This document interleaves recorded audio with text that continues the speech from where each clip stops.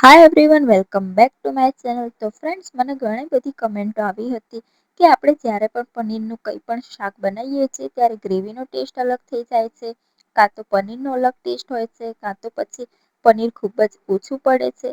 તો ફ્રેન્ડ્સ, આ બધાના જવાબો સાથે આજે હું સરસ મજાની પનીર ભુરજીનો એકદમ યુનિક અને એકદમ સરળ રેસીપી લઈને આવી છું. તો વિડીયોને આખો જરૂરથી જોજો. અને આ રેસીપી ખૂબ જ ઇઝી પણ છે અને આ રેસીપીથી તમે જ્યારે પણ પનીર ભુરજી બનાવશો ત્યારે પનીર ઓછું હશે તો પણ સૌ કોઈને પનીર ભુરજી થઈ જશે. તો ફ્રેન્ડ્સ, ચલો વિડીયોને સ્ટાર્ટ કરીએ. તો પનીર ભુરજી બનાવવા માટે અહીં મેં થોડું પનીર લઈ લીધું છે, ટામેટા લીધા છે, લસણ લીધું છે, ડુંગળી લીધી છે, લીલા મરચાં લીધા છે અને કેપ્સિકમ મરચું લીધું છે. હવે આ બધાને આપણે એકદમ ઝીણા સુધારી લેવાના છે. પનીરને આપણે સુધારવાનું નથી, પનીરની આપણે છીણ બનાવી દેવાની છે. અને અહીં મેં ફ્રેન્ડ્સ સુહાનાનો પનીર ભુરજીનો મસાલો લીધો છે. હું જ્યારે પણ પનીરનું કોઈ પણ શાક બનાવું છું ત્યારે હું સુહાનાના જ મસાલા વાપરું છું. આ જ મસાલામાં એકદમ પ્રોપર ટેસ્ટ આવી જાય છે. તો આ મસાલાને ફ્રેન્ડ્સ આપણે થોડું પાણી ઉમેરીને આ રીતે મિક્સ કરી દેવાનું છે અને આ મસાલો રેડી કરી દેવાનો છે. આ રીતે મસાલાને પાણી ઉમેરીને મિક્સ કરવાથી તેની ગ્રેવી પણ સરસ બની જાય છે અને તેનો ટેસ્ટ પણ ખૂબ જ સરસ આવે છે. તો હવે ફ્રેન્ડ્સ, આપણે શાકનો વઘાર જોઈ લઈએ. તો શાકના વઘાર માટે અહીં મેં એક નોનસ્ટિક પેન લીધી છે. તેમાં મેં થોડું તેલ એડ કર્યું છે. તેલ આપણે બધા જે આપણે શાકભાજી સુધાર્યા છે તે શેકાઈ જાય તે માપનું આપણે તેલ લેવાનું છે. તો તેલ આપણું ગરમ થઈ ગયું છે એટલે મેં ઝીણી સુધારેલી ડુંગળી પહેલા એડ કરી દીધી છે. ડુંગળીને તેલમાં બરાબર શેકી લેવાની છે. ધીમા જ ગેસે ડુંગળીને અહીં મેં શેકી છે, જેથી કરી ડુંગળી આપણી બળી ન જાય. તો ધીમા જ ગેસે ડુંગળીને આ રીતે હલાવતા જવાનું છે અને તેને તેલમાં સરસ મજાની શેકી લેવાની છે. આ પનીર ભુરજીમાં મેં એક ખાસ કોશિશ કરી છે કે પનીરનો ટેસ્ટ અને ગ્રેવીનો ટેસ્ટ એક જ આવે. તો ફ્રેન્ડ્સ, અહીં મેં થોડું મીઠું એડ કર્યું છે, જેથી કરી આપણી ડુંગળી ફટાફટ શેકાઈ જાય. જેટલા વેજીટેબલ આપણે ઝીણા સુધારેલા હોય છે તેટલો ટેસ્ટ પનીર ભુરજીનો ખૂબ જ સરસ આવશે. તો હવે આપણી ડુંગળી થોડી અધકચરી શેકાઈ ગઈ છે એટલે મેં તેમાં કેપ્સિકમ મરચાં એડ કરી દીધા છે. કેપ્સિકમ મરચાંને પણ ડુંગળી સાથે બરાબર તેલમાં શેકી લેવાના છે. બધા જ વેજીટેબલને આપણે ધીમા ગેસે જ શેકવાના છે, જેથી કરી વેજીટેબલનો એકદમ પ્રોપર ટેસ્ટ આવે અને વેજીટેબલ સરસ શેકાઈ જાય. તો ફ્રેન્ડ્સ, આપણા શાકભાજી જ્યાં સુધી શેકાય છે ત્યાં સુધી આપણે બીજો મસાલો પણ તૈયાર કરી દઈએ. તો આ મસાલો તૈયાર કરવા માટે મેં એક વાટકીમાં થોડું લાલ મરચું લીધું છે. આપણે આપણા સ્વાદ અનુસાર પ્રમાણે બધા મસાલા લેવાના છે. તો અહીં મેં મરચું લીધું છે, ત્યાર પછી હળદર, ધાણા જીરું અને થોડું મીઠું લીધેલું છે. હવે આ બધાને આપણે બરાબર મિક્સ કરી લેવાના છે અને થોડું પાણી એડ કરી દેવાનું છે અને ચટણી તૈયાર કરી દેવાની છે. તમે જે સ્વાદ તમારા ઘરમાં તમને અનુકૂળ આવતો હોય તે રીતના બધા મસાલા લેવાના છે. આ રીતે પેસ્ટ બનાવીને શાકમાં ઉમેરવાથી શાકનો કલર પણ સરસ આવી જાય છે અને ટેસ્ટ પણ ખૂબ જ સરસ આવે છે. તો હવે ફ્રેન્ડ્સ, આપણા કેપ્સિકમ પણ સરસ મજાના શેકાઈ ગયા છે. તેમાં મેં લસણ અને લીલા મરચાં એડ કરી દીધા છે. હવે તેને પણ 1 મિનિટ સુધી બરાબર તેલમાં શેકાવા દેવાના છે. તો ફ્રેન્ડ્સ, આપણા શાકભાજી સરસ મજાના શેકાઈ ગયા છે. હવે મેં તેમાં ટામેટા એડ કર્યા છે.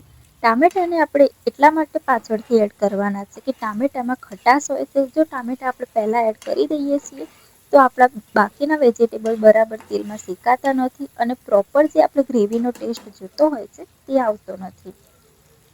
ત્યાર પછી ફ્રેન્ડ્સ, જે આપણે પેસ્ટ બનાવી હતી મસાલાની તે ઉમેરી લીધી છે અને તેને પણ બરાબર શાકભાજી સાથે મિક્સ કરી દેવાની છે.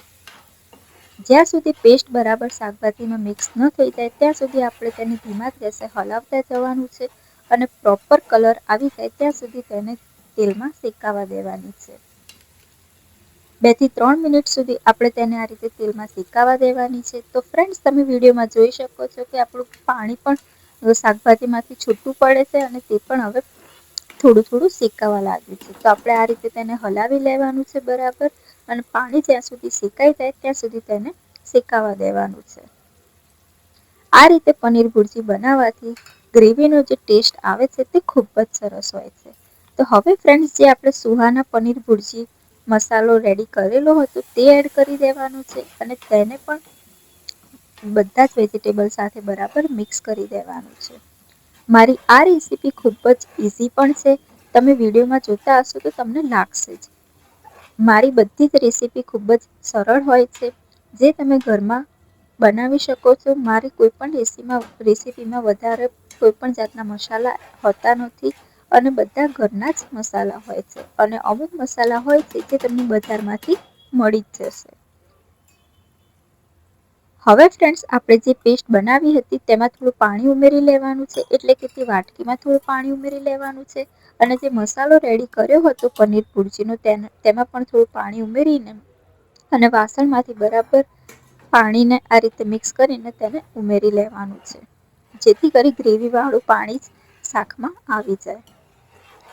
હવે પાણી સાથે આપણે બધા જ વેજીટેબલને 2 થી 3 મિનિટ સુધી આ રીતે હલાવતા જવાનું છે અને તેને પાણી સાથે મિક્સ કરતા જવાનું છે. જો તમે ઢાંકીને પણ રાખશો તો પણ શાકભાજી બરાબર પાણીમાં મિક્સ થઈ જશે અને તેનો ટેસ્ટ પણ ખૂબ જ સરસ આવી જશે. પણ આપણે અહીંયા ઢાંક્યા વગર જ પાણીને આ રીતે શાકભાજી સાથે મિક્સ થવા દેવાનું છે. તો ફ્રેન્ડ્સ, આપણી ગ્રેવીનો સરસ મજાનો કલર આવી ગયો છે, તમે જોઈ શકો છો. તો હવે આપણે પનીરને એકદમ ઝીણું છીણી લેવાનું છે. જ્યાં સુધી આપણી ગ્રેવી આ રીતે શેકાય ત્યાં સુધી આપણે પનીરને પણ આ રીતે ઝીણું છીણી દઈએ છીએ. ગ્રેવીને ધીમા જ ગેસે આપણે શેકાવા દેવાનું છે. અહીં મેં ઘરે બનાવેલું પનીર લીધેલું છે. જે પનીર આપણે બજારમાંથી લાવીએ છીએ તેમાં પ્રોપર ટેસ્ટ આવતો નથી, એટલા માટે મેં પનીર ઘરે જ બનાવ્યું છે અને પનીરને એકદમ મેં સરસ મજાનું છીણી લીધું છે. તો ફ્રેન્ડ્સ, આપણી ગ્રેવી પણ બરાબર તૈયાર થઈ ગઈ છે. તો હવે આપણે થોડું થોડું કરીને પનીર એડ કરતા જવાનું છે અને પનીરને પણ ગ્રેવી સાથે મિક્સ કરતા જવાનું છે.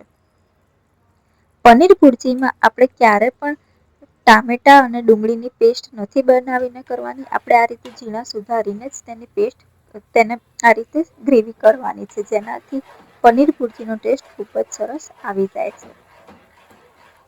હવે પનીરને આ રીતે ગ્રેવી સાથે મિક્સ કરતા રહેવાનું છે અને ત્યાર પછી ફ્રેન્ડ્સ થોડું થોડું કરીને આપણે બીજું પનીર પણ એડ કરી દેવાનું છે. તો ફ્રેન્ડ્સ, તમે વિડીયોમાં જોઈ શકો છો કે આપણી પનીર ભુરજી કેટલી સરસ દેખાય છે. જેટલી સરસ પનીર ભુરજી દેખાય છે તેટલી ટેસ્ટમાં પણ ખૂબ જ સરસ બને છે. અને આ રેસીપીથી આપણે જો પનીર ઓછું હશે તો પણ ઘરમાં સૌ કોઈને પનીર ભુરજી થઈ જ રહે છે. અને આ રીતે પનીર ભુરજી ખૂબ જ સરસ લાગે છે. તો ફ્રેન્ડ્સ, પનીર ભુરજીની આ રેસીપી તમને કેવી લાગી તે મને અવશ્યથી કહેજો. અને આ પનીર ભુરજીની એકદમ ઇઝી રેસીપી છે અને અહીં મેં બધું જ પનીર હવે એડ કરી દીધું છે. હવે પનીર સાથે આપણે ગ્રેવીને બરાબર મિક્સ કરી દેવાની છે.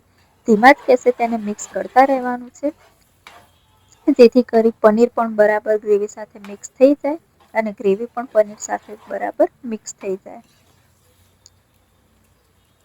5 થી 6 મિનિટ સુધી આપણે પનીરને આ રીતે મિક્સ કરતા રહેવાનું છે. ત્યાર પછી ફ્રેન્ડ્સ, થોડી વાર ગેસ બંધ કરી દેવાનો છે અને પનીર ભુરજીને આ રીતે ઠંડી થવા દેવાની છે. હવે ઠંડી પનીર ભુરજી થોડી થઈ જાય ત્યાર પછી જ આપણે તેમાં કોથમીર એડ કરવાની છે, જેથી કરી કોથમીરનો સરસ મજાનો ટેસ્ટ પનીર ભુરજીમાં આવી જાય. તો ફ્રેન્ડ્સ, આપણી પનીર ભુરજી તૈયાર થઈ ગઈ છે. પનીર ભુરજી તમને કેવી લાગી તે મને અવશ્યથી કહેજો. મારી આ એકદમ ઇઝી રેસીપી હતી અને આ રેસીપીથી પનીર ભુરજી ખૂબ જ સરસ બને છે. મેં જ્યારે આ પનીર ભુરજી બનાવી હતી ત્યારે ઘરમાં સૌ કોઈને ખૂબ જ ભાવી હતી. આ રીતે પનીર ભુરજી બનાવવાથી ઘરમાં સૌ કોઈને પનીર ભુરજી ભાવે છે અને પનીર ઓછું હોય તો પણ ઘરમાં સૌ કોઈને શાક થઈ રહે છે. તો ફ્રેન્ડ્સ, અહીં મેં પનીર ભુરજી બ્રેડ સાથે લીધેલી છે. તમે બ્રેડ કે પરોઠા કોઈ પણ સાથે લઈ શકો છો, પણ બ્રેડ સાથે પનીર ભુરજી ખૂબ જ સરસ લાગે છે. તો ફ્રેન્ડ્સ, પનીર ભુરજીનો વિડીયો તમને કેવો લાગ્યો તે મને કમેન્ટ કરીને અવશ્યથી કહેજો. અને વિડીયો જો તમને ગમ્યો હોય તો વિડીયોને લાઇક, શેર, કમેન્ટ કરવાનું ના ભૂલતા. Thank you.